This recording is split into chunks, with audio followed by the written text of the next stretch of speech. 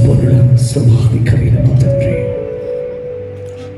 మాకు నీవు తప్ప వేరొక ఆధారము లేకుండా మేము ఆనందించుటకు, మేము అతిశయించుటకును, మేము నాట్యం ఆడుటకును దేవా నీవు మాత్రమే కారణం,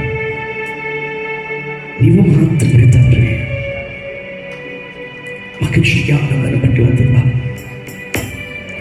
అక్షుడి కాలం అంతా నీ కృతజ్ఞతగా బ్రతుకుతామయ్యా, నీ కృతజ్ఞతగా జీవిస్తాము తండ్రి.